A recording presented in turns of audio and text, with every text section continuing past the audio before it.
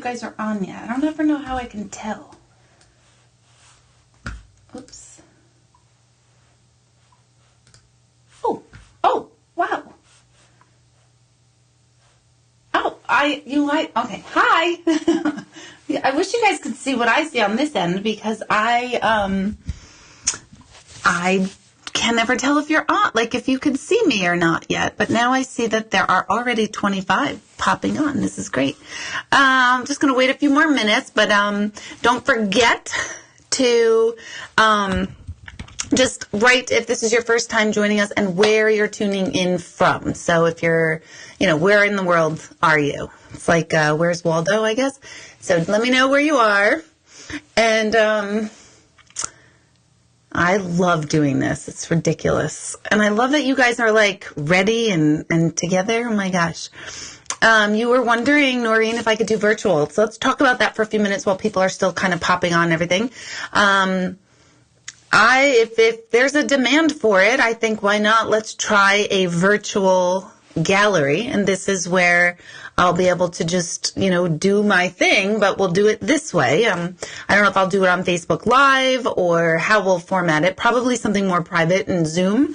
So not anyone not anyone can just post. Oh my gosh, my friend Jay is tuned in. Hold on. Sorry. Look, squirrel. Hey, Jay. Jay is tuning in from India. Jason, you have to write that you're tuning in from India so I look cool that people in India are watching, even though you're from Seattle, which is pretty cool too, but India, I'm sorry, is way cooler. So Jay's been my buddy since second grade, and that's totally exciting that he's tuning in. Does that say Alabama, Jody? I don't have my glasses on because I'm too vain to wear them right now, but tell me if that's from Alabama. Hold on, 1 second. Jemison, Alabama. Tell me how you heard about this. This is very exciting. First time, Erin, Noel, thank you for tuning in. Oh, my goodness, so many people. Northern Jersey. Jay, right before you start work, I'm sorry, Jay did say where he's from. But anyway, so I think I want to do a virtual gallery, and I will totally let you know all in advance how to sign up for that. You really should be on my mailing list, though. So if you want all the information firsthand, make sure that you sign up for my mailing list, and that is on my website, deborahhanlon.com, which is somewhere written on this page right there. God, do you know how hard that hurts my brain to be able to do that? Yeah, there it is. See, right there. It's opposite. And like me on Instagram. God, I would suck being Vanna White. How does she do that? Instagram, right there. Anyway. I love Instagram. I'm kind of changing my Instagram account to take over what my Daily Dose of Deborah on Facebook is, and I still will write on Daily Dose every once in a while, but Instagram is like, I'm just enjoying it, so totally like me on Instagram. Where the hell it is? Where is it? There. Oh my God, I'm such a dork. I can't even stand it. One, for those of you who tuned in last week, my dad was on. And let me just tell you real quick, my father, I'd asked him to come on earlier, and he was kind of like, yeah, I'll come on. And then about 3 or 4 hours before it aired, he's like, no, I'm not going to come on. I'm all right. Blah, blah, blah. So I was like, all right, that's fine, even though I already announced that I was having a guest, whatever. Show business, life goes on, right? And like 5 minutes before the broadcast, he shows up at the door and he's like, let me just see, let me go. And I'm like, sit down. So he loved it. I feel like he's totally addicted to it. He thought he did a really, really great job, which I thought he did too.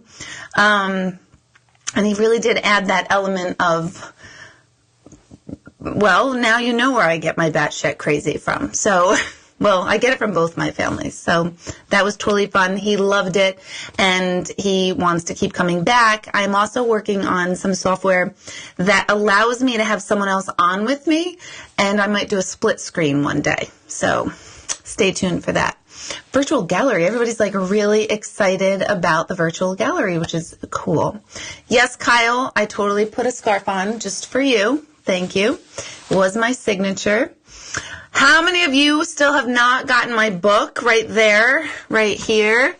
I am going to start a book club where I specifically answer questions pertaining to the book, because there are some chapters that might be confusing when you're reading them, or you might want clarity on them. So I really want to help you guys with that. I love the feedback I'm getting. Actually, Jay just texted me last night, and he's like, I got it. And I just get so excited when it's all connecting. And I do think that I hope that I make these huge concepts and things that we always wanted to know about very, very, very user-friendly, very on like the real world people explanations. I don't want anyone to think that the other side is so mysterious that you yourselves can't connect to. That drives me crazy. So totally pick up the book. I'm going to put the link. I put the link on the post before this. There are links everywhere for the book. I guess I could just pop it in right here, right now. So I'll pop, I think. Let's see if this works. Nope, that did not work. You should see what just popped up in my whole screen, so we won't touch that again. But I'll post it afterwards. Yeah, and it's on Amazon, so you can get it on Amazon. And if you do get it on Amazon, please leave a review, like a good one. And if it's a shitty one, you can.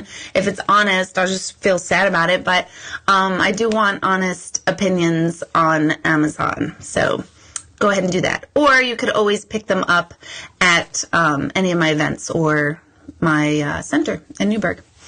What else? I took notes here, so hold on. There's notes in front of me. Yeah, wow, I did everything. Holy crap, that's amazing.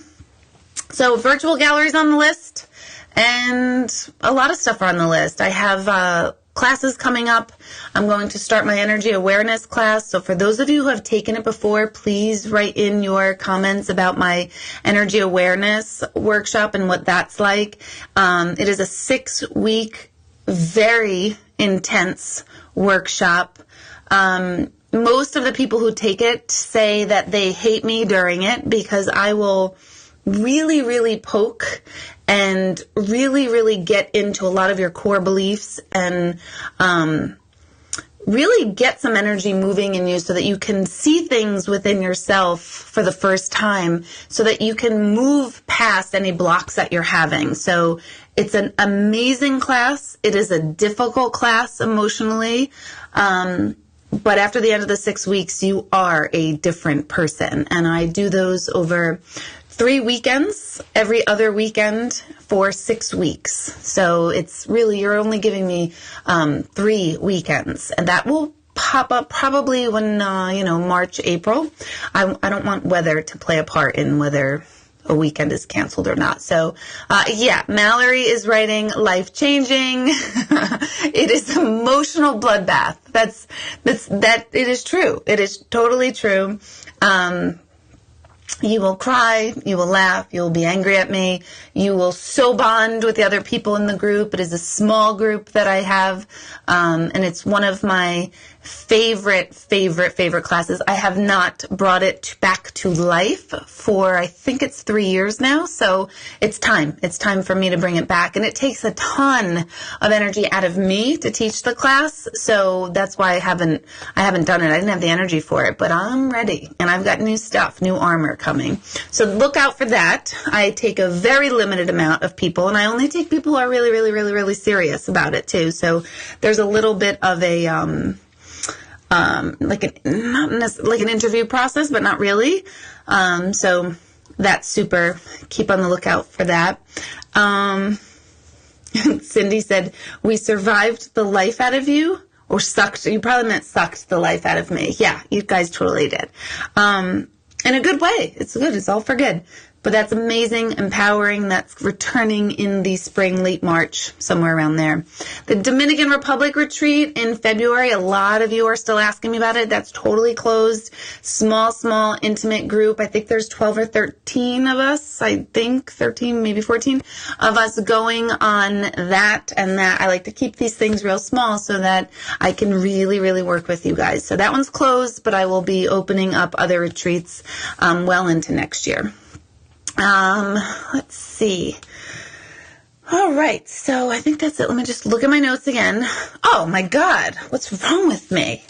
most important thing on my mind is you all talking about how great and cool and amazing, or whatever word you want to use, about me to the Elvis Duran show. Let me just discuss this for a moment, and then I will get to all of your questions, I promise. I have this obsession with Elvis Duran and the Z Morning Zoo, and I say to everyone all the time that I just want to get on Elvis's show. I just want to get on Elvis's show. When I get on Elvis's show, how come Elvis hasn't called me? And it's kind of become a little bit of a joke between Michelle and I in the office. And I do work for iHeartMedia in Poughkeepsie and Hudson, New York, but I don't do it for Manhattan, which is where Elvis's show is. So it's one of my things that I say all the time, like, when is Elvis going to call me? Like, I don't understand. Why have I not? What the hell? I keep hitting this. I'm sorry. Why am I not on Elvis's show? Why has this not happened? How do I get on there? Everyone tells me, oh, it's too hard to get on there, Deb. You can't do it. You can't do it. You can't do it.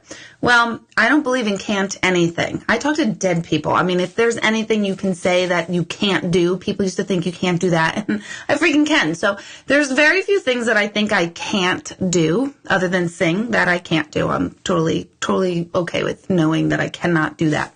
But anyway, I digress.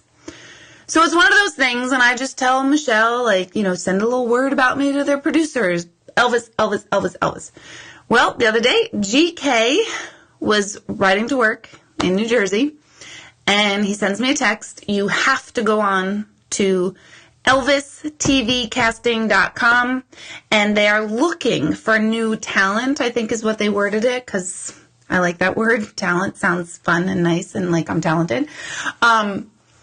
And they're looking for kind of like in paranormal world, but they're really looking for people who make a difference in the world. And this is what I like, because I need you guys. I swear to God, I really need you guys for this one. You've got to nominate me. I'm sorry to be so egotistical. I don't care what you write about me. You could write that I like to curse. You could just write what's real, right? ElvisTVcasting.com. I just sent out a blast to my email list today, basically begging and pleading all of you to send in a nomination so we can get attention, so maybe they call me, because I'm freaking tired of waiting. I'm so freaking tired of waiting for Elvis to have not called me. Yeah, so there's that. That's like should be on the top of my list for all of you guys to do. My office this morning sent out an email that tells you certain parts of it, like they ask for links to my YouTube channels. They ask for pictures, which is really annoying. Like, who has 5 pictures of me laying around? Like, if you do, that's creeping me out a little bit. But anyway, so we have the links and we have all the information. Oh, you know what else they ask, guys? And listen to this. Don't freaking get this part wrong, because someone did get this wrong. They asked for my age. So some of you are filling it out, and it's so exciting, but you've put my office's email as the email, which makes sense because I think their criteria is very confusing. And they ask for email. So obviously you, as filling it out, would think they want my email. They don't. They want your email. They want your cell phone. They want your name. They want my age, I guess. It's 42, okay? I don't really like talking about that, but I'll tell you what. One of these came back, and someone listed me as freaking 48. So I'm kind of freaking pissed about it. I'm not saying the other F word because I realize that some of you might have children in the area, and I don't want to be total trash, but if I could and I knew that this was completely, airtight and little kids aren't around, I would be saying fuck all the time tonight. But anyway, don't write that I'm 48. And if you think I'm 48, I'm really nauseous about that, and I really got a ton of work to do on myself. But anyway, I digress. It's 42. So, and Michelle, here's the other funny part. Michelle in my office, when she sent out all the information for you guys to put in, she goes, yeah, I wrote, don't worry, I got your age right. I wrote 43. I was like, Michelle, I'm 42. 42. We did laugh. She was like, oh my God, I'm so sorry. I was like, listen, 43, that's not that far off. But 48, someone said to me last night, why are you offended? I'm 48. I'm not 48. That's why I'm offended. When I'm 48, I will not be offended that someone calls me 48. But I'm 42, so don't call me 48. And if you think I look 48, don't send anything in. You can just log off now. But anyway, I digress. Please do that for me. And if you need information, if you need more information about it, let me know. Email the office, email me, message it on Facebook, because everyone always helps out and says, like, here, this is what you need to do. I want your heartfelt, real, true experiences of me. Like, write whatever you need, but I do need that. No, I know, Colleen, I know that age is just a number, and honestly, I think I'm like 17 at heart. I don't know. I think I'm somewhere stuck around my son's age. Like, I don't think of myself at all. But if you said you're 53, if someone thought you were 61, I think you'd be pissed, right? So I'm a little like, shoot. This was a friend of mine too. And I'm like, oh my God, she better think I look really amazing for my age. I don't know. But anyway, yeah, I'm 42. So just don't get that wrong. And I don't know why they ask my age. Yeah, Valerie, good question. I have no idea. And I don't even know if they're asking my age or yours. I don't know why that matters. You know what? Why don't you write to infinity and beyond? I'd rather you do that than actually write a number. Infinity, whatever, ageless, timeless soul. Write whatever you want. Just don't write 48, please. It's making me sick. I keep all day. I'm like, oh my God, Michelle, do I need Botox and something? I'll do it. I don't care. Just let's schedule it. Put it on the calendar. But anyway, let's see what else. So let's get to some of your questions. This is a reminder, I do not take personal intuitive questions in this format simply because, it would just be impossible, and I really want to contain it. This is more for information about the generalized topic of mediumship, of how I do what I do, self-help, which is, I really want to teach the living how to live. The deceased, as my book explains, has really given me a major, massive insight on living. As much as they talk about what's going on the other side, as a medium, I'm always amazed at the information, which is very largely similar as far as what their experience of the afterlife are, and how they are really helpful to us here, because we are still here. We are still in the difficult realm. This part of living is not easy. It's kind of annoying. We have wonderful moments and high moments and great times, but I'm telling you, I hear from all of you all the time, it's not easy here. Sometimes we feel alone. Sometimes we feel like we're totally screwing everything up. There's just so much going on here. So the deceased have given me a very valuable insight on how to apply a mindset to the living, to being here. So any questions about that is my favorite. I want to help the living live better. I want people to feel happier. I want people to see themselves. You know what I mean? We all so much want to be seen, and we want to be understood, and we want to connect, and we want to have purpose. And that will not happen unless you see it for yourself. And I want to do that for people and with people. And it literally makes me high. There is nothing else on the planet I like to do. I used to play tennis. I've gotten so lazy, because I'm 48 and everything. But I used to play tennis. I used to have hobbies. I really don't. I just like people. No, that's not true. I like humanity. I like humanity's problems, and I like people who are willing to be vulnerable and really push past their own crap to be able to move forward. I like that. Sometimes I don't like people, though. I'm not going to lie. People sometimes are driving me crazy. Okay, let's see. Let's start from the top. Joanne writes, do they ever, I forgot that I can add this so you guys can see it. Right in front of my face. Probably not the best spot. Okay. Do they ever speak of heaven, or are they in pain? Great question. In pain? Absolutely not. Not emotional, not physical, not mental, not spiritual, not any pain. No. Anytime you hear a medium tell you that they're at unrest, or they're not happy, or their soul is not settled, that is not accurate. I'm sorry, it is not. Those are human concepts.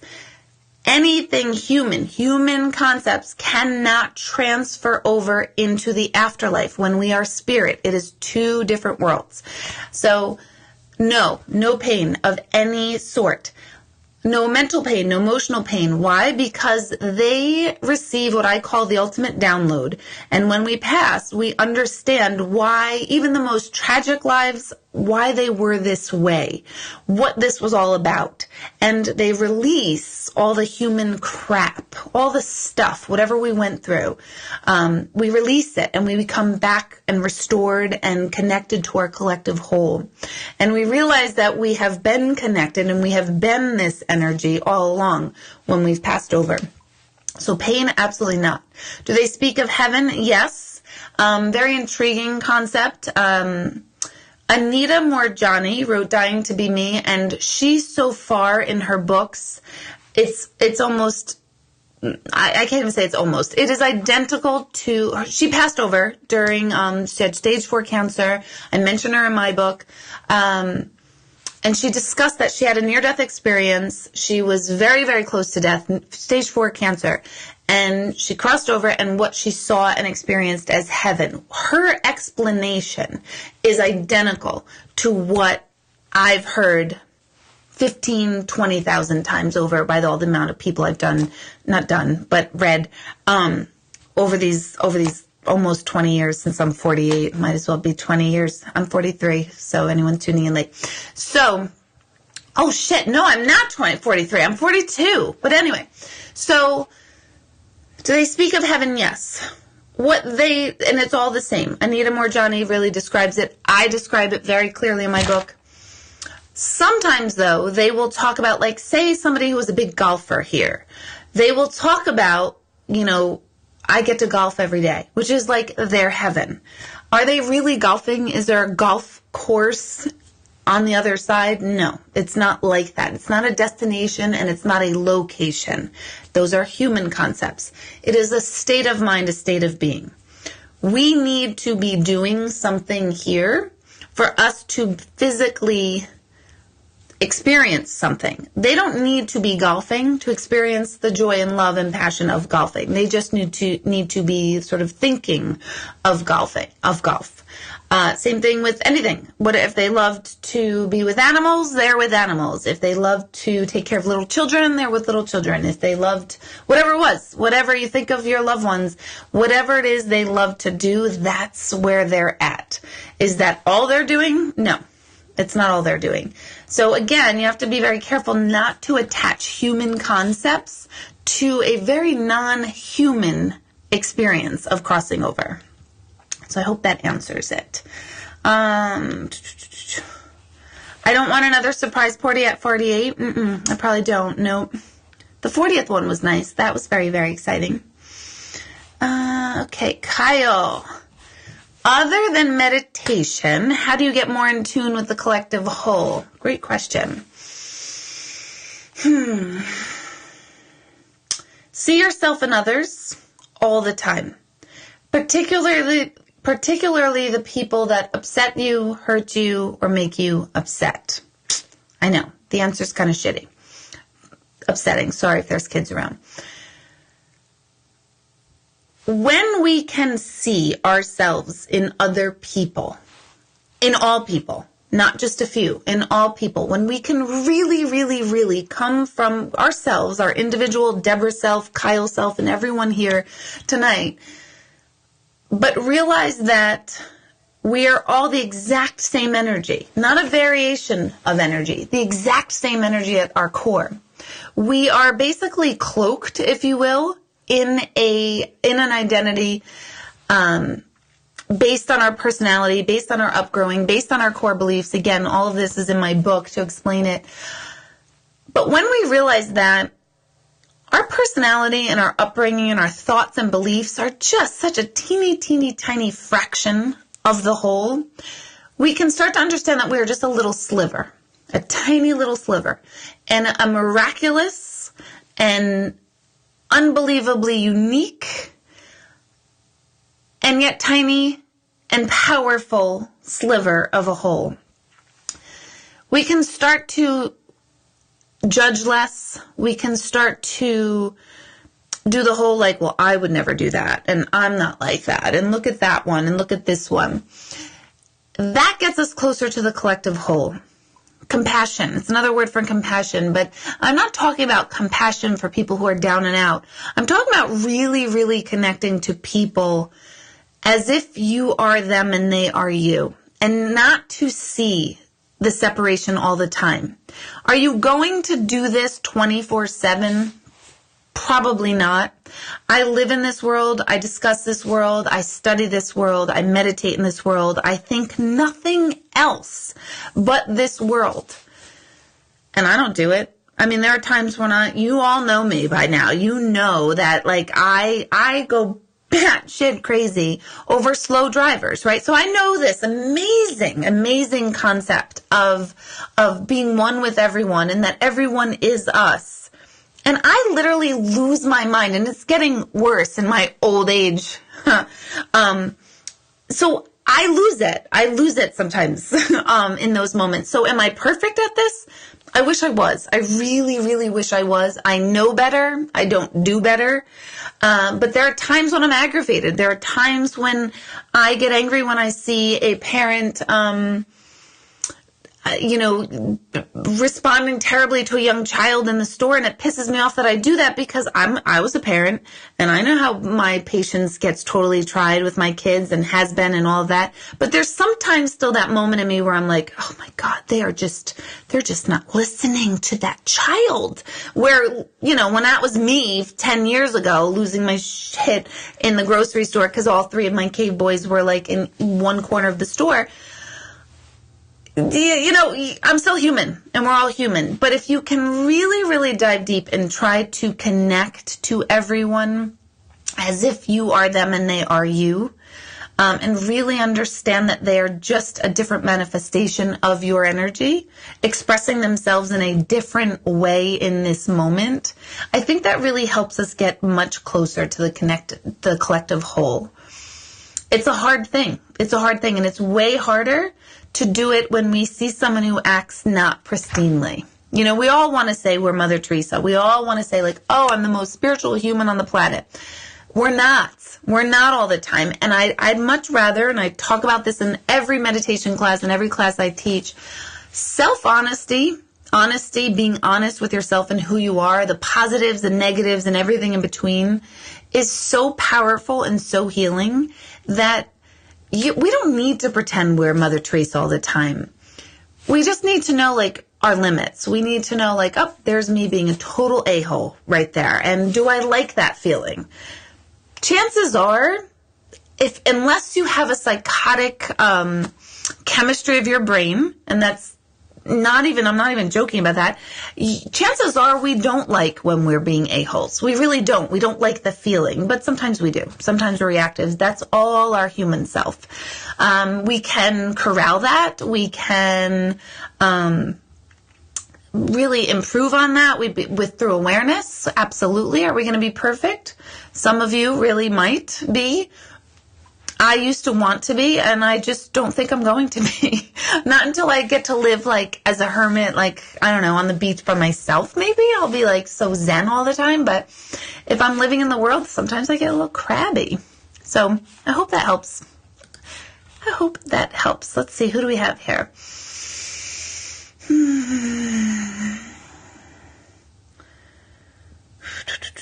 Sorry, I know I'm just reading. I like your thing, I like your comment, Lisa. That was a very good way on how to look at things. Yes, but when a friend who's known me for 5 years thought that I was 48, she knows who she is because I texted her. And I was like, just correction, FYI, just need to settle something with you. I'm not freaking 48. So yeah, I don't really know the positive in that one, but I like your answer. It's all how we do look at things. You're right. Let's see, what's this one? I can't read it yet. Okay, Jennifer, have you ever spoken to spirit who expressed they were unhappy on the other side, or are all usually at peace? Great question. I have not. I have not heard that they are unhappy on the other side. Ever. Period. No one has ever lost. Many, many years ago, I used to be part of a development circle. And it was right after 9/11.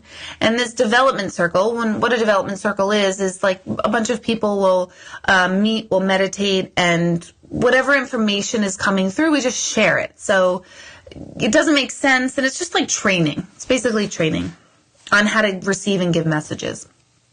And in this development circle, it was probably maybe a year, 6 months, a year after 9/11, and a bunch of people were talking about how there were still 9/11 souls who were not aware that they had passed. And they were hoping that our little circle would help them cross over. Now, I was probably in a group of like 10 people. We're sitting in a small room. The lights are dim.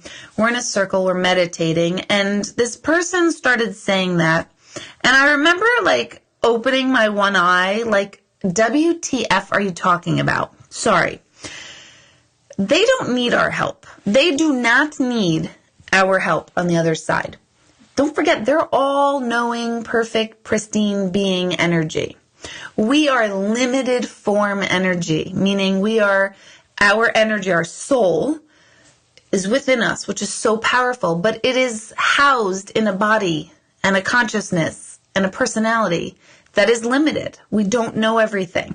We can't do everything in this lifetime. So, no, they don't express not being happy because they're freed. Imagine being able to completely meet the very core and essence of who you really, really are. The very thing human beings question. What's my purpose? Why am I here? What's this all about? How do I tap into my potential? How do I become more? What's missing from myself? All of those human questions and experiences. Imagine that being answered and felt and understood and incorporated. There's nothing but bliss in all of that. We have to be separate, meaning we have to come into form to understand what it's like to be disconnected from that energy so that when we return to it, we're reminded of the whole again. So, no, they're not happy. They're all at peace, all at peace. They also do not miss us, and people get upset when I say this, but they don't miss us because, remember, they're not disconnected from us. They finally understand what this human thing, this being human is, and they get it, and they know that we are still stuck in it. So they don't miss us. They're not disconnected from us. We miss them because we're still in human form. And while we are in human form, we are going to wish that everyone we know and love remains in human form until we all go at once.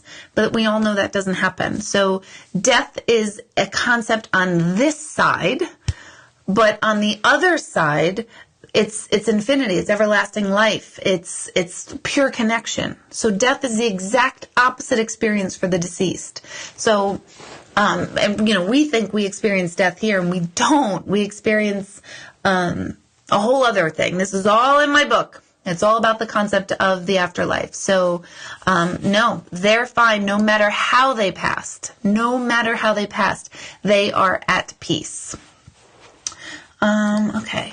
You know what I'm going to do, guys? I'm just kind of clicking on stuff. I haven't even read the question yet, and I'm just going to click it, add to broadcast, and then see what your question is. I think that's easier because I think people think I'm like ignoring them because my father last week was like, Deb, afterwards, what happens to all the people whose answers you didn't get to? And I'm like, Dad, geez, I can't get to everybody. My God, you're stressing me out. Like, I want to be able to get to everyone and tell everyone and like help everyone on the planet. And I feel like I'm like kind of like finally having that boundary of like, I understand I really can't do that all the time. And then he totally triggered it like, what about those people? How do they feel? Will you ever answer them? I'm like, oh my God. So thanks, Dad. This is going to need another couple years of therapy. But anyway, I'm not just picking and choosing your questions. I just go with what I can see. So anyway, I digress. Beth, when you conduct a gallery with a group of people, what happens? Do you start to get messages and tell the audience what those messages are, such as names, location, dates, etc., and then people speak up and say that makes sense to me? Good question. Thank you. that usually I have galleries in the evenings. I mean, I have a couple on the weekends on like brunch time and lunchtime.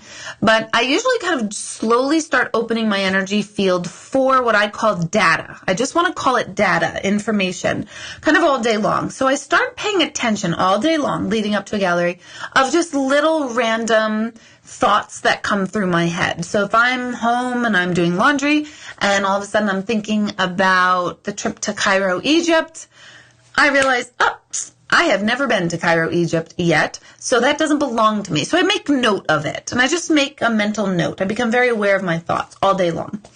About an hour before a gallery, I really, really start to open up. I really start to plug into the energy field of who's coming, but I don't tell them to talk to me yet. I just start to slow myself into the awareness of, okay, in about another hour, you're going to really what I call lift the curtain, and you're going to be available to receive messages. So I do that about an hour ahead of time. I have a little mantra or prayer that I say beforehand that I've never shared with anyone, and no one will ever, ever, ever know what that is because it's something like very sacred to me. And then at the gallery, I will play a song. I do a little intro of like how to, I describe what to expect and how I work. I also tell you how to respond. So I will always know where I am in the room. And I always remind my audiences, like, even though you're here and signed up for this, sometimes people are like, I don't want to raise my hand. I don't want to say anything. And I hate those people. I'm not going to lie. I don't know why you come to a gallery if you don't want to share. But I will usually say, like, yes, I'm with you, you 3 or you 5, or I'm back there in the corner. And your job is to answer, like, yep, this is for me. So I start opening up, I play a song, and while I'm playing that song during the gallery, I start really opening up that curtain, and I tell everyone on the other side, okay, come to me one by one, show me who you are, and I ask them specific criteria, your name, how'd you pass, who's here, just a certain amount of information, I just write it down. Then the song stops. And I begin. I'll tell you I have 8 people here, and sometimes I get names, sometimes I just get how they pass. I mean, it varies. Every single gallery is completely different. So, sometimes names are really great and quick and easy. Sometimes it's all locations. Sometimes someone else will claim someone else's loved one. I call you relative stealers because I took that from John Edward. He calls it relative stealers. And I'll know, like, nope, this isn't for you. This isn't yours. So I don't just randomly say, like, ooh, who has a sink in their kitchen? You do? Oh my God. I'm pretty specific when it all happens. So if you haven't been to a gallery, I strongly suggest you come, because I do think that is the best entryway to see if I resonate with you. If I'm the medium, personality and energy that you would like to do that connection for, I would strongly recommend that. So I hope that answers. That's a good question. Thank you. Okay, Shelley, what'd you write here? What would be a good reason for a baby to be born to 2 heroin addict parents? Ooh, that's a heavy one. Okay, so your question is, what would be a good reason? That's a human concept. So basically you're asking, why in the hell would anyone either choose to come to heroin addicted parents, or how could anyone think of that as a good thing? And again, those are human concepts. We cannot place on it. I do believe that all children choose their parents. I chose my 2 parents. I keep wondering why. I wish I chose really, really wealthy parents, but I didn't. But anyway, I digress. All of you listening, you chose your parents, and all your children chose you. And what that is that you choose those parents who are going to give you the life experiences, the beliefs, the core beliefs, the lessons, so to speak, that your soul wanted to come here and learn. So, a baby born to 2 heroin addicted parents, as horrifying as that is, needs to learn something from that experience. What is it? Who knows? There's a million different things. Maybe it's abandonment if both parents leave them. Maybe it's growing up early and learning how to take care of themselves without parents. Maybe it's, God, I mean, it's endless. It's endless. So I don't know, like, what that child's specific lessons are or would be, but there's something to it. I teach a class called Why Are We Here? I think you took that, Shelley, or maybe you missed that one. But why are we here? A lot of times people will say, Deborah, what am I here to learn? I don't understand. What are my lessons? How do I even know?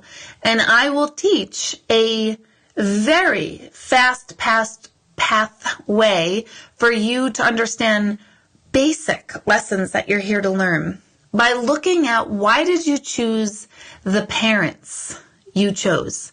And that goes for biological parents, for those of you who are adopted or have adopted children. Adopted children chose you to be their parent, someone else as a biological parent, and you as the parent who's raising them, to learn something. And I have people write a list, and it's more intense than this, and if anyone tuning in took it, you can make comments too. But I would ask you to make a list of the pros and cons that your parents have taught you, the positives and negatives of each parent. Maybe one parent has 30 positives and no negatives. Maybe a parent has 30 negatives and no positives. It doesn't matter. And then you take a good look, and you'll start to see a theme within that. You'll start to see like, oh my gosh, wow, I really needed to learn independence, or I really needed to learn what pure love feels like, or, it's endless. So a good reason in a human concept, there's no good reason. To us, that's so sad and so horrifying. But I guarantee all of you have something in life that you endured, at least one thing, probably 100, but at least one that you've endured that created something within you. It strengthened you in some way, shape, or form, and good came out of it, or is still to be revealed and coming out of it. And I do believe that all children, all energies on the planet, we all have that. And the difference is, if only we were exposed to this concept much earlier, we could start to work on it much earlier. I mean, imagine that child of those two parents who also aren't evil. I mean, those are two humans that messed up, that life led them down a path. I mean, addicts of any sort. That's sad. That's devastating. And I can have compassion for people who are in that trap, because it's the grace of God that it's not me in this lifetime, is what I always say. It's the grace of God that I'm not an addict in this lifetime. And yeah, so I think that answers it, I hope. But the question is tough, because our human selves would say there is no good answer. It's sad, it's terrible, those people are horrible. And no, we all do really shitty things sometimes, and we all have poor coping skills sometimes. Again, going back to Kyle's question, when we can look at what our poor coping skills have been, we can start to get better at fixing them and upgrading them. Are we looking for perfection? Not really. We're just looking for growth and awareness. Okay. How many books have I sold so far? Marissa, I have no clue. You'd have to ask my office that. On Amazon, they do have a count. I have not checked it because they do like a daily total, like 20 this day, 50 this day. And they don't give like a grand total, or if they do, I haven't seen it on the website. Too ADD for that. I'm like, what? Whatever. I just want to know there's more reviews on the book. So I have no idea. My office knows, though. Michelle is amazing. She's got every single one accounted for. But as far as me, it's in the universe's hand. It's a detail that I don't necessarily feel attached to, which feels really, really wonderful.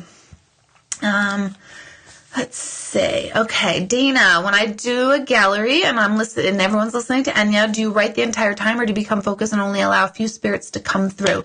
So, I believe it was Beth's question already, what happens at a gallery? While I'm playing that song, I really start to focus and those impressions and data I received during the day, like that Cairo, Egypt example, I'll start to ask them, say, okay, Mr. or Mrs. Cairo, Egypt, start showing me who you are. And they might give me a name. They might show me how they passed. They might give me the name of the person in the audience. I don't know. It varies. And then I kind of like line them up in my mind, where I tell them to, okay, Cairo, Egypt, you're going to go first. And then, okay, who's next? Oh, hi, Mr. Soccer Coach. And, oh, okay. And I start lining them up in my mind. It's like an organizational skill. Sometimes they follow it perfectly. Other times, like this happened twice last week in 2 different galleries, where I had my list and then like 3 people jumped in that I didn't even see or hear from before. So as much as I like to stay organized and want it to flow a certain way, it doesn't always happen that way by any means.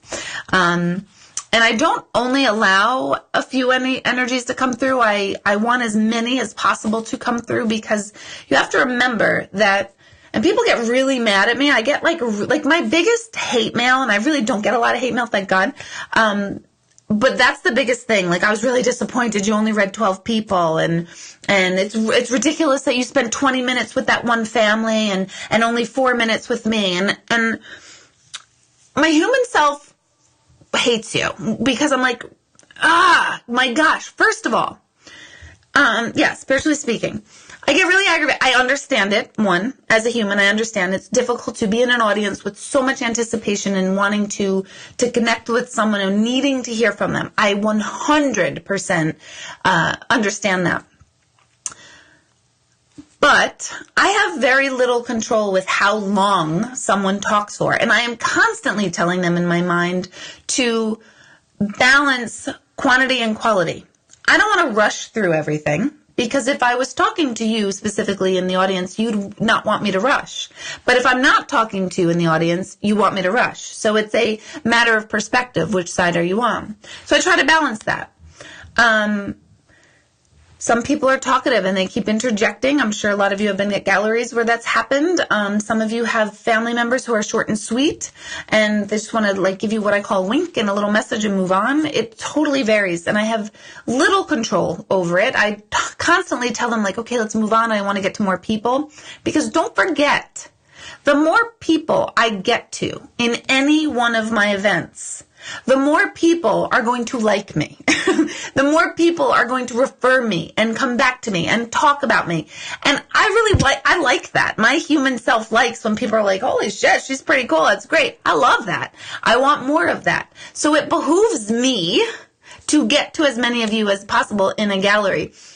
But they don't really care what I want. They don't care about my ego. And I am aware it is my ego that's attached to, like, there's Deborah and Debbie. And Debbie's like watching Deborah like, holy crap, this is amazing. And Deborah's like, shh, Debbie, shut up, because I've got stuff to do. So I try to get to as many as possible. And sometimes it works really well. Sometimes it doesn't. I always tell the audience, you know your loved ones. You know how they'll be. You'll know that if they catch my ear for hours and hours or not. So I do try my best to totally balance the two worlds. Catherine, have I ever seen the Blessed Mother? Catherine, you just told me that you have not read my book, because yes, I have several times, but 2 very, very, very clear and distinct times I saw the Blessed Mother. Backstory to this is I went to Catholic school, as Jay, if he's still tuning in, he went to Catholic school with me. And so I did the whole Catholic schoolgirl thing, first Friday Mass. I tell you right now, I don't know any prayers. I don't know the responses. I never paid attention. I know, I wish I did. My favorite prayer of all time is the Our Father. I just love that prayer. But I never identified as a Catholic. And I do believe that's because my mother was so open with every religion. Her bookshelves, which I describe in my book, were filled with many, many Eastern religions, many philosophies, philosophers. She was also raised in a completely all-Jewish neighborhood. She was the only Catholic in that entire neighborhood in her high school in Brooklyn. And her mom was Protestant, so she was being raised Catholic. Her mom was Protestant. Every bit of her friends were Jewish. So she was exposed to all religions from day one. And she really passed that on to us, that religion was a personal preference and a way to experience or connect with God or higher power, whatever you want. And I am so forever grateful that I had her and that concept really passed down and taught me from very, very early on, because I believe in all religions. I believe in their amazing social constructs and community strengthening, whatever they are. I studied world religions in college. I wanted to be a religion major. I thought about getting a PhD in theology for many years, and I still would if I win that friggin' Powerball or Mega Millions. I was just telling my sons tonight that I'm totally getting my PhD in theology. So see you later, guys. I'll be working on that if I get those numbers. But anyway, so I don't subscribe necessarily to any one religion. I had two instances, one when I was very young, where the Blessed Mother came to me and I knew it was real, real, real. And as soon as it was over, I thought I knew it was real because you just feel it. But then my human brain came in and was like, oh, you're such an idiot. You made that up. That wasn't really real. And then years later, in 2007, I had a very, very, very significant connection and meditation where the Blessed Mother showed up. And in that meditation, again, all of this is in the book, right here in this book, where she came to me in a meditation. I'm crying in the meditation. She is absolutely, it is her. And she said to me, she handed me a crystal, and she said, when you receive this, you will know this experience is real. And she handed it to me like this. Can you see it? Like this. She put it in both her hands and handed it to me. You will know this meditation and this visitation was real. And it was a crystal about this big, perfectly clear, point at the top. I wasn't into crystals, still not really into crystals, not my thing. And I thought, wow, that was amazing. Didn't really think much about the crystal thing at all. Right after that meditation, a woman at that workshop came up to me, handed me a gift. She made homemade soaps, so I pretty much thought that the gift was a homemade soap. And when I opened it, it was the friggin' crystal that Mother Mary just handed to me. Like, exact crystal. Like, can't even make it up. That crystal is sitting in my office, so if you ever come to the center, you can ask, where is the Mother Mary crystal? And I will show you. So as if that's not cool enough, because I'm always asking for proof. That was proof. Like, you can't make that up. I'm leaving this huge arena, and a woman stops me right after this experience, right after I get the crystal, and this woman stops me and said, wait, you know you have Mother Mary all around you? Mother Mary is surrounding you. And I lost my shit, was like, are you kidding me? I can't make this stuff up. I really can't make it up. So yes, I have seen her and experienced her and feel super, super connected to her. I can't think if I haven't had anything like that since, and that was about 2007. Maybe she thinks I'm 48 and too old. I don't know. Okay. Oh, here's a good one. Have I ever had a spirit that wanted to be alive? Nope. Nope, they're not. Because they are alive. They are. They don't want to be shrunken down back into human. Because imagine taking... imagine the feeling that you're really, really happy about something, right? And you're so happy and elated. And then you are sitting with someone who's very, very, very depressed and hating life. And you don't really want to share your happiness because you feel bad for this person. You don't want to be like, wow, life is great. Everything is perfect in my life. Or another example is like, say you have all these girlfriends and they want to be married. Nobody's married. And you're like, oh my gosh, but I'm getting married. And like, you don't really want to say it because you don't want to like take the thunder out. It is like taking this massive happy energy and crushing it down into something so much smaller. That's what happens when we're human. And as soon as we're free, we're like, oh, thank goodness. I'm not like stuck in that little body. I'm like free and everywhere. So no, I've not had one that wanted to be alive. That does not mean they don't want to stay with us. People will often say, well, that makes me sad, Deb. How come my mom, my dad, my brother, my sister, my son, my daughter, how come they don't want to be with me anymore? And I have to remind you, it's because they don't feel disconnected. They're not separate from you. They are more connected to you than ever, ever, ever before. Okay. Oh, maybe 48 is my intellectual age. My 42-year-old daughter, stepdaughter, will never get her shit together. My intellect. Nope, I'm pretty sure my intellectual age is also 40. No, not 40. It's about 17. Oh, I really do think I'm 17. Do you guys, do you have that? I can't believe that, I'm a grown up. There's times when I'm staring at my kids and I'm thinking to myself, where is your mother? Who is your mother? What happened? Who put me here? Where I was 17 a minute ago, and now I have these boys calling me mom, and they ask me for shit, and they rely on my expertise, and I'm like, I don't know. I was just trying to sneak out of the house or something. I don't know. So it's weird. My intellectual age, I don't think so. I don't know. I'm timeless. Let's just write that. I'm infinity and beyond. Vicky, can I download your book on Kindle or Nook? I have not sat down to figure out how to put the book on Kindle. I'm going to be totally honest. Technological stuff and details make me feel sick.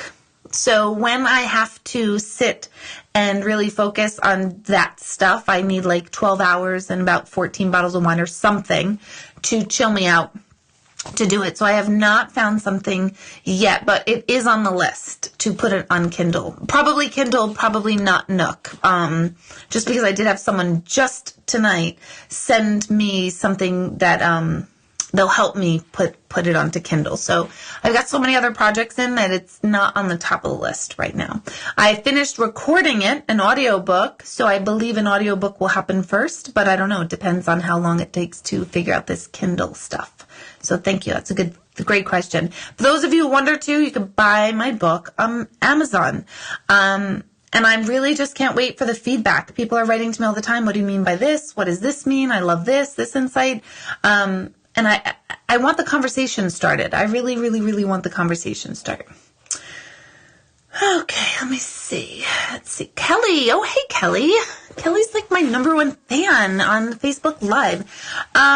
How can someone get closure if they didn't get the chance to say goodbye? Oof, tough. A good session definitely helps with that. I've seen that firsthand. The word closure is kind of annoying because we all hear it all the time and we all want it. And even after you have a session, you will have possibly have more or deeper sense of the relationship you had and a sense of how the relationship is turning into from a physical human experience to a spiritual experience. You can get closure and have closure, and then on a Tuesday afternoon, you pass the favorite bakery of the person, and it just rips open everything all over again, and then you feel like you don't have closure again. So I see that so often. It's just such a tricky thing with grief and loss for us on this side. Hard to say. There's not any one answer to that question. I definitely have seen dramatic changes in people because they needed to hear from somebody that they didn't get to say goodbye to, or someone who they had an argument with before, or someone they hadn't spoken to in 15 years before. And people who are best friends with someone and was up with them from the moment they passed also needs closure. So closure is a tough word. I think it comes down to so much. It's a loaded question. Fabulous question, but it's a loaded one because we're human and our mind plays tricks on us. We, as humans, remember this is coming from this side, this human perspective, not theirs. They get the closure they need immediately. It's us who often don't.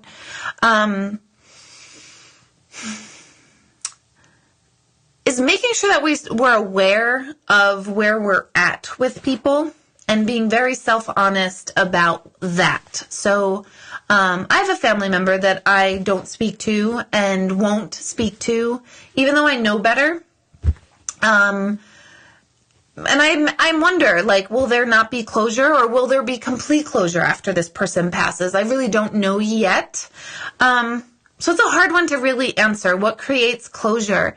A feeling of peace, of hearing that they're okay, a feeling of you hearing that they're okay with you. I get people who were abused as a young child and their parent has come back and completely apologized and recognized that their human self was deeply flawed and didn't mean it. So there's closure in all sorts of realms on that. A session definitely can help that. But like I said, then as much as you and we can all feel really okay and good about something, anything can kind of rip the Band-Aid and open the wound again. So that's the tricky thing about being human. So talking about it, expressing it, being real about it, helps all of that. So I hope that answers. Okay, let's see.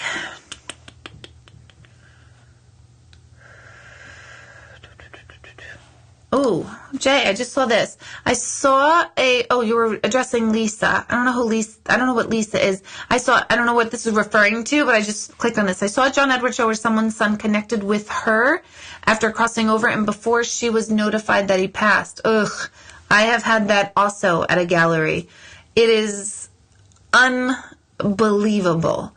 Many years ago, it was probably in the first year, maybe year and a half of me doing public galleries. And I remember I think there was maybe 15 people, maybe 20 in the room. And a man kept coming through and I kept describing this man. I said his name, and the woman I was speaking to, her name is also Deborah. I can't remember her last name, but I do remember her first name is Deborah. And she says, everything you're saying sounds like my son-in-law. I'm pretty sure it was her son-in-law, son or son-in-law, but I'm pretty sure it's son-in-law. And she says, but I just left him. He was home before I came here for the gallery. And I kind of was like, oh, well, all right, then, I guess it's not him. But no, she got a call during the gallery that he had passed completely suddenly during the gallery. So does that happen often? No, I can't remember another time that's ever happened, but crazy. Absolutely a crazy, crazy experience. And again, especially because it was early on, made me such a believer, which sounds crazy for me to say because I'm sure all of you go like, oh, of course she's a believer. And of course I am a believer now. But no matter how many times I'm in the presence of proof, which is what the book's name is right here. See it right there? I'm in the presence of proof of an afterlife every single day of my life through all of you. So when I do have those moments, and I do, because I'm very analytical and scientific, I want proof on all of this, when I'm thinking like, what, is this not real? Is this not real? Even though I know it is, and I'm in the presence of the proof through all of you, there's still those moments. But and I remember that was a moment of like, wow, you can't make this stuff up. You just can't. So, unbelievable. Okay.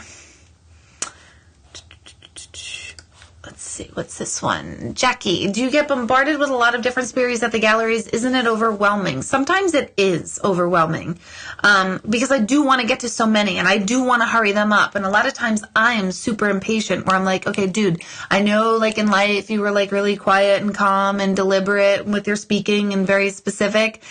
And I get annoyed with like the very slow energies, slow meaning someone who talks like this, and this is how they were in physical life, and this is how they're going to show up in the other side. And then I'm like, dude, I don't have time for this. Can we speed it up? Because I want to get to more people. I want to show as many people as possible in this gallery that their loved ones are with them, they're okay, you're okay, and life is good and life goes on. So I get aggravated. And there's so many happening. So it is overwhelming. After a gallery, I am completely shot. And I don't feel well after it. Not that I'm sick or anything like that, but I just feel like, one, my head feels like, if you've ever been to a concert and you are right near the ginormous speakers, and then you leave the concert, but you can still kind of hear the reverberation in your head, that's exactly what I feel like after every gallery. So it's very exhausting, very draining, and exhilarating, exciting as well, because I just love to think back at the interactions that people did get. But it is an exhausting experience for me, for sure. clearly not exhausting enough for me not to do it. So the benefit and the love and the passion far outweigh all those things. But even after a day of work at the center, Michelle, my assistant, laughs at me because I come in the morning, hey, good morning, how are you? Blah, blah. And I leave like, all right, Michelle, I gotta go. I can't even talk. Like, don't even ask me anything. I don't know anything. She says my face is completely changed at the end of the day. And now, she's been with me for 2 years. She says she knows when she can ask me a question and when she can't, because I'm like, I just don't want to talk anymore. Which is shocking to like my kids. Like, what do you mean you don't want to talk anymore? You're talking all the time. Let's see.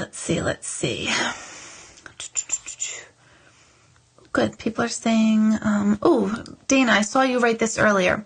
Hang on one moment, please. Can I share with all of you my cup? Is that great or what? A friend of mine gave it to me. It's like so me that I like it. Okay. So, and it's only water. I'll put one in it later. Okay. Thanks. Dana, in pregnancy, when does the spirit enter the baby's body? I saw you write that on the page earlier tonight, and I'm glad you re-asked it because I thought it was a great question. I don't know. I wish I knew the answer. Because that energy or the energy of that soul is kind of traveling through time to get to the moment of conception and then therefore to birth. I believe it really happens even before conception, which makes no sense to a lot of people. But don't forget that a baby chose their parents. So it is, follow me here. A baby's energy before conception is just the manifestation of desired lessons that they want to learn, that sliver of energy or that soul wants to learn coming here. So it's kind of timeless. It existed before the conception because it is a concept or a desire to be in form that was created infinite years before, because I know half of you are like, wait, what? It's getting too late now, Deborah. Let's be jolly and happy. Those parents say they're 30, but when they were 30, before they were born, their parents were 30. So at what point does the creation of any manifestation of anything happen? It's been infinitely possible since the very first person, because everything has come past and come through that person. So when does the soul enter the actual body? It's actually a soul as a concept of energy, as a potential. In other words, as a potential of expressed energy known as that baby. I was this person long before I was even conceived, and I'm so freaking glad my dad's not here because he would totally gross me out about my conception or something really disgusting. So anyway, he would make me like nauseous. I don't want to know. But I am the potential. All of you tuning in are the manifestation of a potential of energy that wanted to be here as you. And that's happened since infinity. And all of the manifestation of energy after you, whether it's through children or just interactions, for those of you who don't have children, of the interactions of your persona afterwards. So this is when we get into higher concepts of no such thing as time, why the universe is timeless, the expansion of the universe. This is a lot of the physics stuff. There is a book that's coming to my mind. Deepak Chopra, I'm sure, talks about this. My favorite book of all time is Life After Death by him. I quote it a lot in the book. I don't think it deals with this question, though. Maybe it does. I'm not sure. I'll have to look. I'll have to check. But I hope that answers. I mean, it's not like, oh, in the 4th trimester. It happens long before the baby's even conceived. No, I'm never crabby. I'm thinking, Greg, that you are talking about me, that I'm crabby. I'm never crabby, like ever. Just let that shit go, brother. Okay, that question was great. I agree, Kim. Therese Z, thank you. You first timer here. I'm so glad you tuned in. You can share with me like how you came across it, or did someone tell you about it, or how it's gone, how you got here. Not here on the planet. I probably know that question easier than how you found all of this. Okay. Oh, Valerie, I keep clicking on the same people. What is crossing over them? This seems to be the disconnect if I'm following you. No, it is the opposite. When we cross over, it is the ultimate reconnection.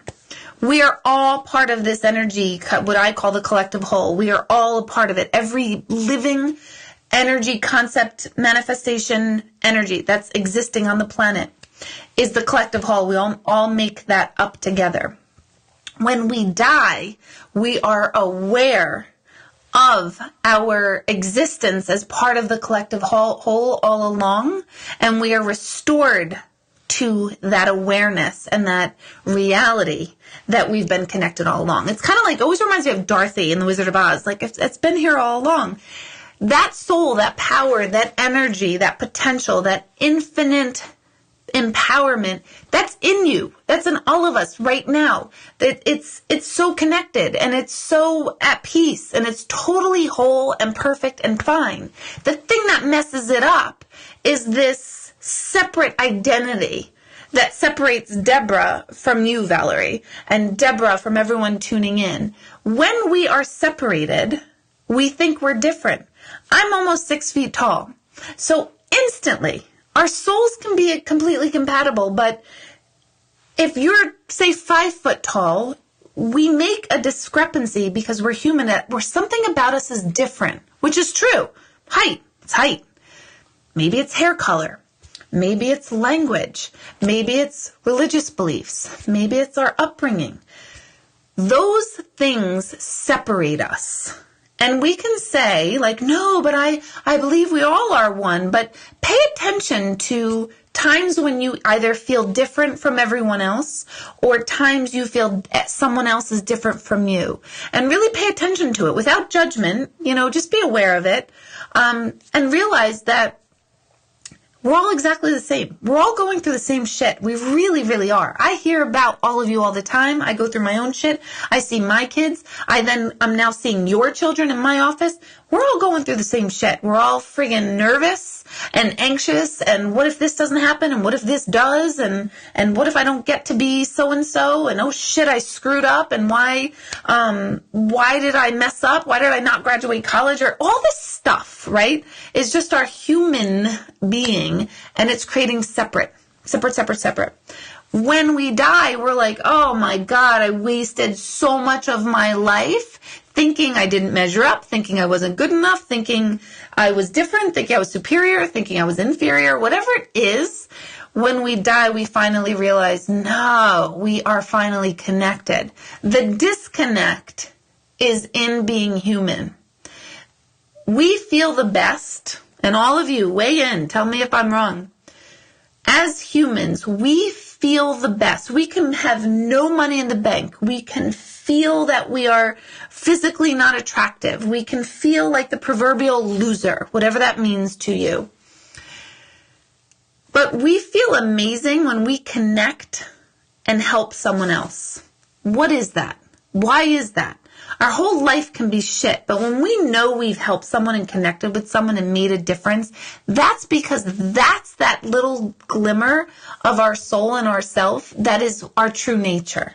So you'll hear in a lot of religions talking about, we need to know what our true nature is. Our true nature is connectedness. Our true nature is that we're all the same, exactly the same, walking different paths, but all the same inside. So when we pass, we understand our true nature. My book is about that very thing. It's about, can't we just get the memo now, like while we're here, so we don't have to stress out about all this crap and think we're like crap and, oh my God, I'm never worthy for this one, or I wasn't loved by my dad enough, or, all this stuff that we go through.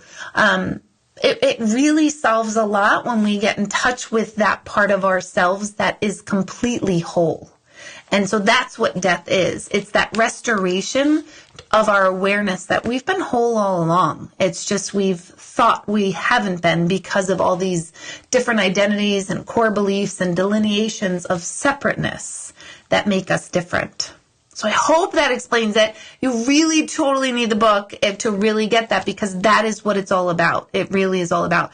Once we get there, even if we understand just 1% more, that will make dramatic changes in your life. So it's imperative for us to really grasp this concept so that we can feel good, that we can feel connected, that we can realize that, oh my God, we're all the same. And those heroin addict parents we were talking about before, that could be me. That there's no difference between a heroin addict parent and whatever lack is going on within me in this moment.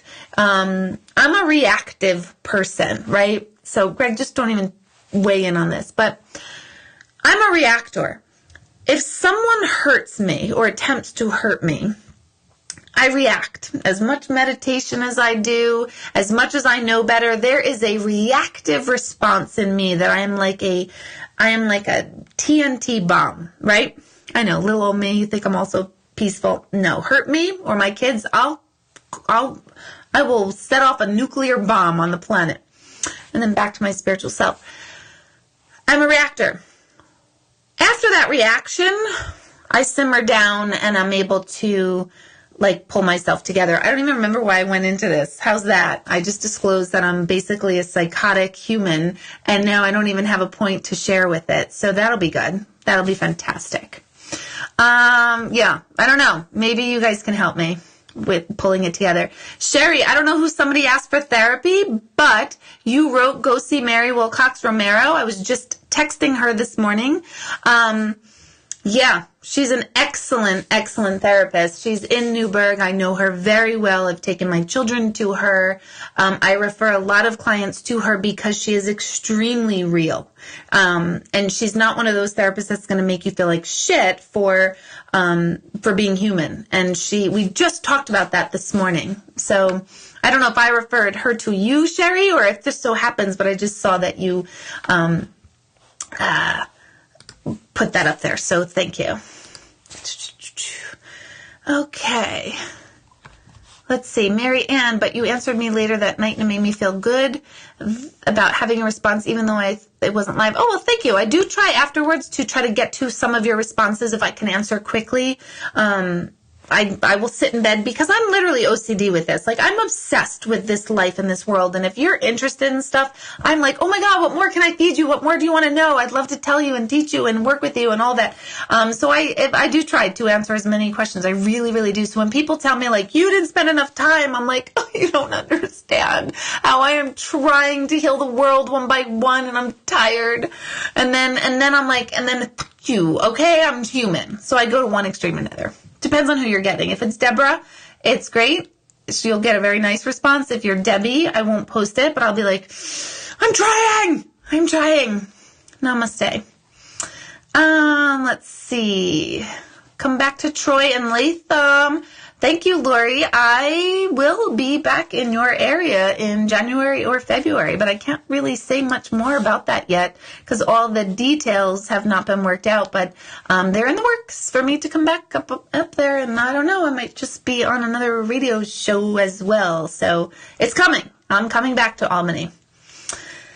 Okay, let's see. Oh, Allison, she just said she's not feeling well, so let's send good energy to Allison. Andrea, how do you practice opening up to spirit? Meditation. And paying attention to yourself. Self-awareness creates the doorway into what is my stuff, my thoughts, my beliefs, my perceptions, my personalities, my physical feelings, my likes, my dislikes, and what's not mine. How do I explain this better? Well, as I'm bringing through an energy, they might have a different I was going to say political belief, but let me not do that. I'm not getting into political beliefs. Maybe this person really loves, I don't know, curry, right? And all I'm tasting is curry, and I'm loving curry, and I'm talking about spicy foods and this and that. I do like spicy food, so this isn't really a great example. I can't think of a good example. I'll know what's mine and what's not mine. Oh, I know. There was a gallery, and I think I wrote about this too in the book, where this person was making me taste something that I could not identify. I had no idea what this was. And it was fishy, yet like gelatinous. Is that a word? Like it's like jelly. It was disgusting. It was so gross. And it's actually making me sick talking about it right now. But anyway, it was fishy and bleh. And I described that.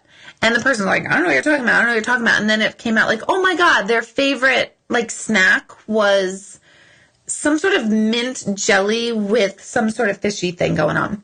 And I knew that was not mine. I knew I didn't like that. So I was aware that all of a sudden this very faint taste was coming into my mouth. And the more I paid attention to it, the more I can get very more specific. Like at first it was a texture. I felt the jelly and I'm like, ooh, is this jelly? And I'm like, oh God, it's not jelly. It's like fish without. So it's really self-awareness to understand like what is mine and what is someone else's. If I'm very like anxious and nervous, around people. This happens to me all the time, actually. Growing up, I thought I was really shy and antisocial because I would get very, very anxious around people. And I mean friends. And I would think like, oh my God, I'm a dork. I don't know what to say. Oh my God, I can't follow along. I don't fit in. And part of me was that I was a dork. I came across pictures of me in like high school and I'm like mortified with who I was and what a dork. But anyway, I'm going to go back to therapy probably to Mary about it. But anyway, where the hell? I just lost my train of thought again. I'm scared. I'm dead. I'm totally deadly scared of myself. What was I even saying? Dork, back. Oh, yeah, I got it. Sorry. Oof. My gosh. It's not because it's late. This is just how I am, everybody. Help me. Maybe I should start praying to Mary again for her to come back and restore my brain. I think I might do that tonight. But I would get nervous, and I would really be overly nervous. And I'm not really shy. I can carry on a conversation and I can be social. I just really choose not to be honest, in my private world. But I realized that it wasn't my stuff. It wasn't me. I was picking up on their insecurities. I was picking up on their discomfort.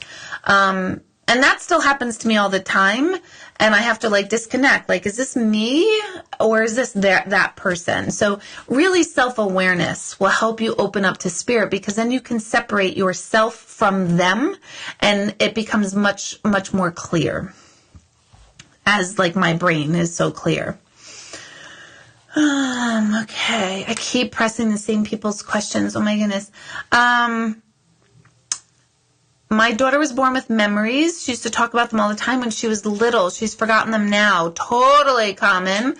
Past lives are a very real thing. Kids will constantly say, like, when I was big, Mom, remember when I was big? Or Mom or Dad, remember when I was your dad? Or, those are real things because we're having a memory of a former lifetime. And in our culture, past lives are not like a thing here. We don't talk about it here. But in a culture like India, it's a way of life. It's not even weird. It's how it's expressed and done. And kids are constantly talking about who they were when they were bigger. And they have much more ability to recall it because it's socially more acceptable. They hear about this all the time. So as we become more enlightened and open to different possibilities, we'll be able to sort of pass that on down to your kids. Okay, don't listen to negativity. I don't know if somebody was saying something negative on here. If you were, that's the reflection of you and not me, so I'm all right with it. Someone called me my Deborah. I like that. Thanks, Laura. Oh, my God. Okay. Oh, wow, I'm really way behind because I'm seeing, okay. I say I'm 28 and I'm really 49. That's what I'm talking about, Patricia. That's exactly what I'm talking about. Oh, God. Hold on. Oh, my gosh. Let's see. Yes, because I'm 48. That's why I'm losing my train of thought. Okay, what happens I love you guys. You guys are really fun, and you get me, and I love that, because people who don't get me are like, oh my God, did she just curse? I thought she was, like, spiritual. I'm like, I am fucking spiritual, okay? I just say fuck a lot, all right? I hope your kids aren't there. They should be in bed anyway. What happens at your meditation sessions, and how do they work? You guys can chime in at this, too, but, I got a chuckle out of myself for saying that. Sorry. Oh, I sometimes got a kick out of myself. Meditation sessions. I will walk you through the whole thing. I like to teach people that they can go deeper, and you can get into a deeper state. Sometimes we kind of leave our bodies. It's not creepy. You have awareness. You're not like, I'm not like making you cluck like a chicken or anything creepy like that. But you have experiences, and then after we have those experiences, we discuss them and we process them. And everyone in my meditation group tells me to, one, stop talking about meditation group, because they like when the group is small. But it is the best kept secret. They keep saying this is the best kept secret about what I do. At meditation, I'm able to work with you deeper. Am I working with you one-on-one? No. But in a room of anywhere between 15 and 40 people, 40 is a lot. My studio can't really handle many more than 40. But you're really learning how to process. You're really going inward. You're really having experiences. And it's a sounding board where you can say, hey, how come when we opened up my throat chakra, how come I started coughing? Or I had this experience and it felt very unwell. I didn't like it. What was that about? I'm able to help connect the pieces for you. And by listening to other people's experiences, you get so much out of it. So it is so worth it that you need to try it. Yeah, and I love that people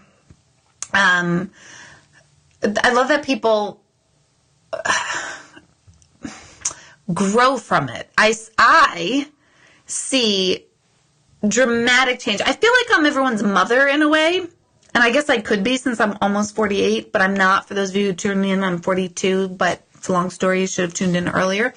But I feel like I'm your mom. Like, when I see the lights go on in people, when I see someone who's tuned in tonight and has really worked really hard on herself and is finally saying no to her family that's constantly putting her back up against the wall, and she's constantly feeling not appreciated, to see that woman finally take charge of her life and struggle with it and be real about it and be super funny about it, but do it. And that same woman who decided to, take a vacation for herself and really work, I feel like I'm their mom. I feel like I'm just this proud mom that's like, oh my gosh, they're getting it.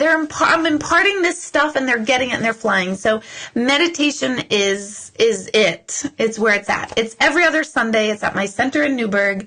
In November, I will schedule a virtual meditation. So we will do it like this. It's through Zoom, so I can see you and you can see me. It's two-way. And that's definitely cool, but there's nothing like that one-on-one group. You just show up. It's very informal. It's $10, and you could bring a yoga mat, or I have some of your own. I have some at the center. Bring your own. Sit in a chair. It's so informal. Come alone. A lot of people prefer not to have anyone with them, just because it's a very personal experience. It's kind of like group therapy without like the therapy bore about it. And anyone else, you can expand on it as well. Do people come to me all the time, Susan, or just before galleries? Good question. I kind of tell them on the other side not to talk to me. It's like I'm antisocial with the other side. I'm like, gosh, I'm going to be a hermit. But years ago when I first started, they were coming to me all the time, or my awareness was plugged into them all the time because I was constantly trying to figure it all out. And I was constantly wanting that proof really early on. So anytime I got information, I was so excited about it. I'm like, oh, I'm in the mall. I see this person. I'm going to go tell them. And it was a lot in the beginning because I wanted it. I don't want it anymore. I don't want that level. I don't want 24/7. And I have a very, very, very good, strong on-off switch. So when I'm working, it's on. And when I'm not, it's off. And it's rare that it just pops in anymore. It has popped in. And I have shared this, I think, before, where sometimes like,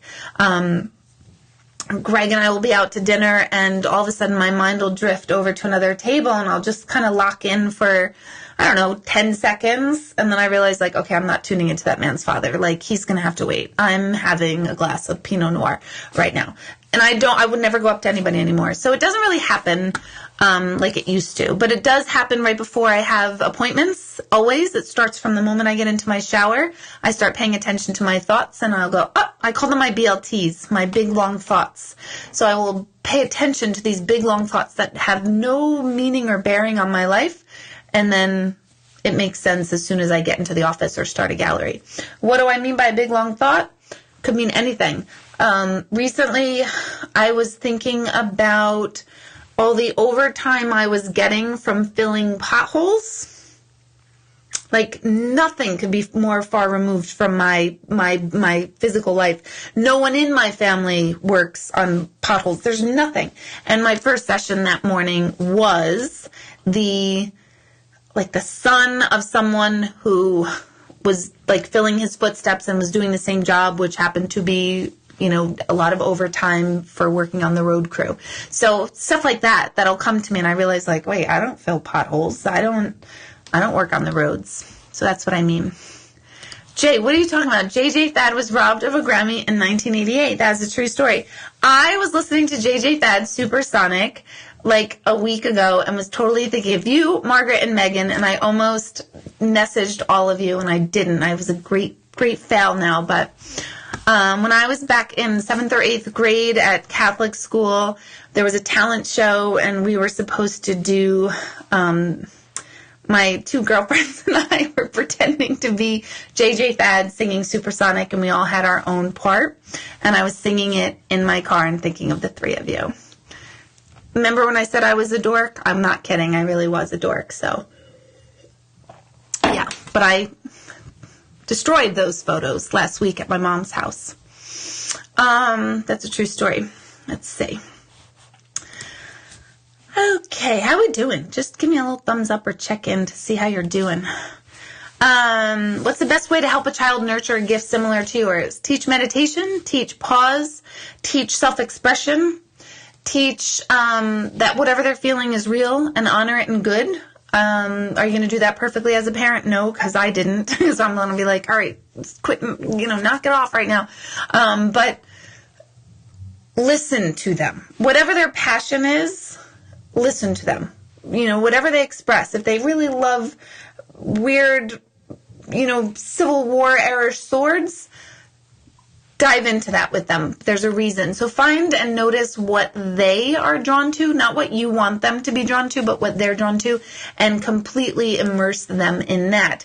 And notice if a child has a propensity. Like, I had a disposition where I was obsessed with the afterlife and the other side, and science and physics and spirituality and religion my entire life. I mean, and my mom fostered it. I was able to talk to her about it, which I believe made it grow in me. So really letting them be. Do you need to have them around mediums and all of that? Not necessarily. It depends. I'm very plugged into the psychological pros and cons to this ability, and I would not assume or place, just be mindful of your child's psychology with it. You don't want children to feel like you need them to do this or be this. It has to really come from within. So that even includes if it goes dormant for 20 years. You kind of have to let it. So it's meditation, yoga, and exposure to a lot of things, particularly whatever you see them getting drawn to is the key. Okay, let's see. What is the best way to open up your solar plexus chakra? Thank you, Natalie. Solar plexus chakra, for those of you who are not familiar, solar plexus is right at your solar plexus, which is right below your rib cage, in the center of your abdomen. It is associated with the color yellow. It is the power center of a human being. A lot of times you'll hear it be called the core. It governs your self-confidence, your sense of determination and will in the world. How well are you able to be yourself and stand by yourself? How do you open it? Anodea Judith is one of the best experts on chakra. It's Anodea Judith.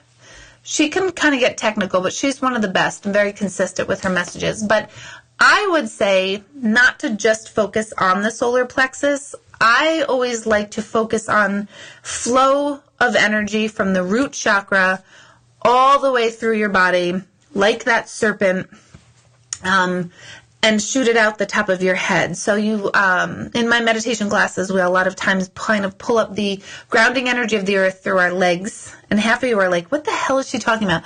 But we pull up the grounding energy of the universe. We bring it into our root chakra, which is at the base of the spine, and we move it through each one. So would I just focus on a solar plexus? No. Why? Because the sacral, which is right below it, and the heart chakra, which is right above it, they can help open the solar plexus. Because once you move that energy, it's kind of like a clogged drain. If you get one part of the drain, the whole thing flows. If you get one part of the clog. So if your sacral chakra is clogged, work on the chakras above and below it. So I would say work on the whole thing. Other people will literally talk about, like, eat more foods that are yellow, wear more yellow clothes, do anything yellow, yellow, yellow. You could do that. Certainly won't hurt. Be mindful of it. Really feel it. I do an exercise in my energy awareness class that I was talking about earlier, where we can actually almost instantly, I'll teach you, like, you are feeling energy all the time and you have no idea. And I, just by doing this, I could just instantly feel the energy in my hands, as can everyone who takes my class. Pull the energy up into your palms and your hands and then lay them over each chakra. You could do that as well. So there's a lot of things you could do. But I would see it as more of a flow through the whole system. Root chakra all the way up to the crown, and then crown all the way back down to the root. All right. Let's see.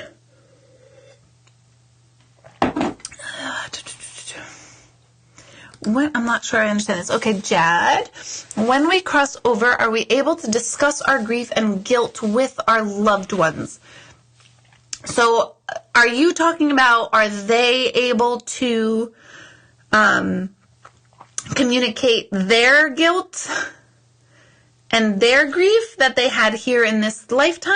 Or are you talking about, I'm not quite sure. I'm not sure what you're talking about. So if you could just, like, kind of clarify your question down below, I'll take a look at that, because I want to understand your question specifically so I can get to it. You have guilt. So when you cross over, are you able to discuss that with them when you get there? Is that what you mean? I think that's what you mean. I'm going to just wait till you answer, because this is important. Because we all have guilt of some level or another. And I call it the woulda, coulda, shouldas, and it's horrible, and it makes us sick. So, Jad, just let me know if that's correct. If you're feeling guilt and you're hoping that when you cross over, you'll be able to discuss this. Yes, okay. Yes, but you won't need to. So as soon as you cross over, you're going to go, oh my gosh, I get it now. I get it. It's kind of like watching a movie and you're not knowing how it's going to end. And as soon as you get to the end, you're like, oh, of course so-and-so did it. Or of course they were going to get married happily ever after. It all becomes very, very clear at the end. So you won't need it anymore. But here, while you're here, you can still very much work on that. How? Depends on how you're wired. I'd have to like sit with you so I can say this would help you specifically. So what I'm saying now isn't specific to you, but sometimes it's helpful to write out your guilt, or write out your apology, or write out your anger, or write out like, damn it, why'd this happen? And why'd you leave me here with this guilt? Or whatever's really true, whatever you're feeling and it's true and true, write that out, express it in some way so that you can get that emotion in motion. You can get that guilt and that energy in motion. So, you won't need it though. You won't need it.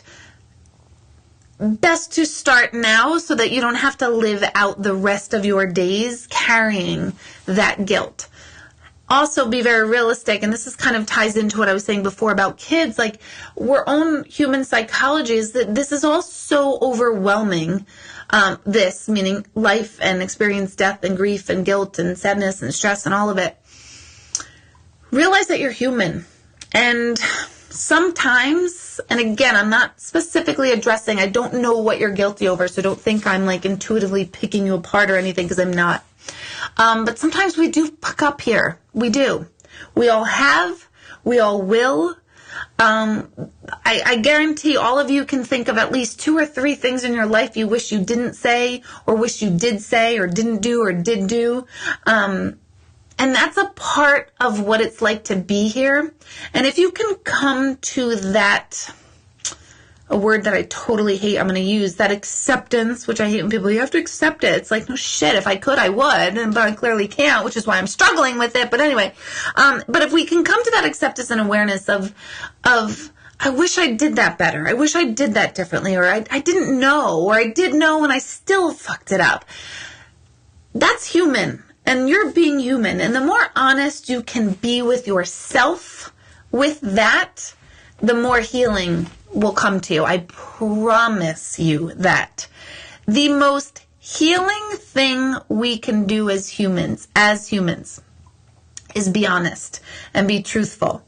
What is real is, what you feel is real. And what normally causes us so much pain and grief is we're trying to either pretend what we're feeling is not what's happening, either because it's too painful or we think we're bad for feeling something, or responding in a way that like we know we shouldn't have, but we did, and then we try to like kind of backstep our way out of it. Own it. There is unbelievable healing potential in owning your shit and owning like, oh my gosh, I really can't get over that I did that or didn't do that or whatever. You can't argue with the truth. No one can argue. They can say, well, you're wrong. And you can say, I know I was wrong, but it was what happened. It's what's true. I wish I did it better. I wish I did it differently. There's such power. You can't argue it. And when you can't argue something, there's no resistance to it. And when there's no resistance to something, it puts you more into flow. So I would say get really, really, really honest with yourself, with all the good, bad, and indifferent. I'm not saying focus on, let's write all the 50,000 ways I suck. I'm not saying that. We don't need to do that. But become really honest with yourself on how you feel and didn't feel and what's true and real for you, knowing that it's only the truth to you. You don't need to explain your truth to anyone else, and no one else needs to even believe or understand your truth. It belongs to you. So there's great power in honesty. And like I said, when we're honest, no one can argue it.